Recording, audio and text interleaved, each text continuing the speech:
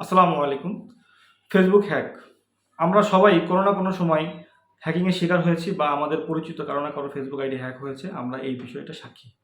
আজকে আমি ২ টা সেটিংয়ের কথা বলব যে সেটিং ২ টা জানলে আপনার আর কখনোই ফেসবুক আইডি হ্যাক হবে না। তো এটা জানতে এই ভিডিও শেষ পর্যন্ত দেখুন। ফেসবুক হ্যাকিংয়ের জন্য আমাদের ১ম জানা দরকার ফেসবুক হ্যাকিংটা কি? ফেসবুক হ্যাক হলো আপনার ফেসবুক আপনি আর প্রবেশ করতে পারছেন না। আপনার নিয়ন্ত্রণে আর নেই। তার মানে আপনার ফেসবুক ব্যবহার করে আপনার ফেসবুকের যাবতীয় সমস্ত তথ্য অন্যের কাছে চলে যেতে পারে, আপনাকে ব্ল্যাকমেইল করতে পারে।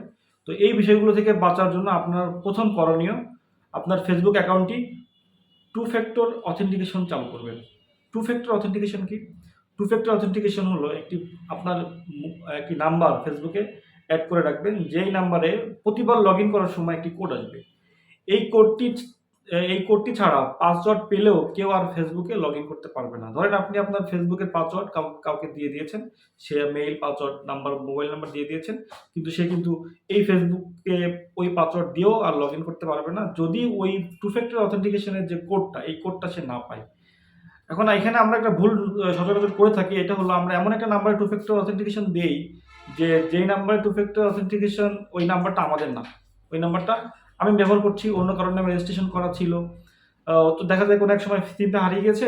ওই নাম্বারের ওই সিমটা আমার কাছে নেই এবং সিমটা পাওয়া সম্ভব না।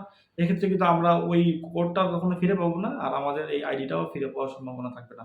এজন্য আপনার নিজের বা পিতা-মাতার নামে যে সিম বা রানিং যে সিমটা আপনি চালাচ্ছেন, এই সিমে আপনি টু ফ্যাক্টর অথেন্টিকেশন চালু করবেন। তাহলে আপনার পাসওয়ার্ড অন্যের কাছে গেলেও খুব সহজে কেউ এই ফেসবুক আইডি হ্যাক করতে পারবে না। ২ নাম্বার বিষয়টা বলব। ২ নাম্বার বিষয় হলো আমাদের ফেসবুকের যে পাসওয়ার্ড থাকে, এই পাসওয়ার্ড এত দুর্বল যে আমরা 1 2 3 4 5 6 8 দিয়ে পাসওয়ার্ড দিয়ে দেই। আমাদের জন্ম তারিখ দিয়ে পাসওয়ার্ড দিয়ে দিই। মোবাইল নাম্বারের শেষ সংখ্যাগুলো দিয়ে পাসওয়ার্ড দিয়ে দেই। না, এটা আর করা যাবে না। আপনার ফেসবুকের পাসওয়ার্ড হবে স্মার্ট পাসওয়ার্ড। মিনিমাম ৮ ডিজিটের একটা পাসওয়ার্ড হবে। সংখ্যা থাকবে, অক্ষর থাকবে এবং আরো অনেক এবং চিহ্ন থাকবে। অক্ষরের মধ্যে ১ম এ হবে বড় হাতের, তারপরে ছোট হাতের কয়েকটা অক্ষর দিবেন। তারপরে একটা চিহ্ন বা হ্যাশ বা এরকম একটা চিহ্ন ব্যবহার করবেন। তারপরে গিয়ে আপনি সংখ্যা, এলোমেলো কিছু সংখ্যা দিবেন। তাহলে আপনার এই পাসওয়ার্ড স্ট্রং পাসওয়ার্ড হবে এবং এই পাসওয়ার্ড সহজেই কেউ ভাঙতে পারবে না।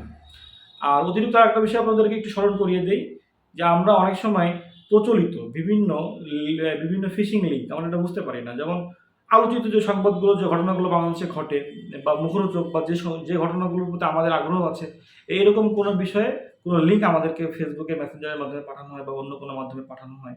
তো সেক্ষেত্রে দেখা যায় যে আমরা ভুল করে না বুঝে ওই মুখরোচক বা ওইখানে আমরা প্রবেশ করি। প্রবেশ করার সাথে সাথেই কিন্তু আমাদের ফেসবুকের যাবতীয় তথ্য হ্যাকারের কাছে চলে যায়।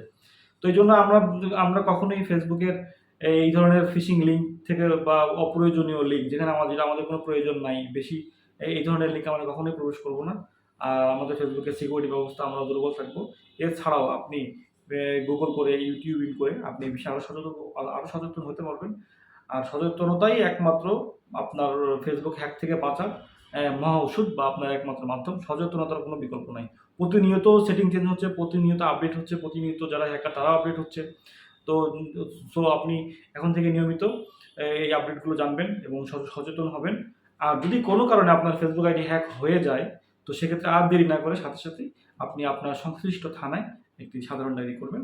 যাতে ভবিষ্যতে আপনি হয়তো যেকোনো ধরনের অপরাধ থেকে বা আপনার আইডি দিয়ে যদি কোনো অন্যায় অপরাধ বা রাষ্ট্রবিরোধী কোনো কার্যক্রম করা হয়, আপনি বাঁচতে পারবেন।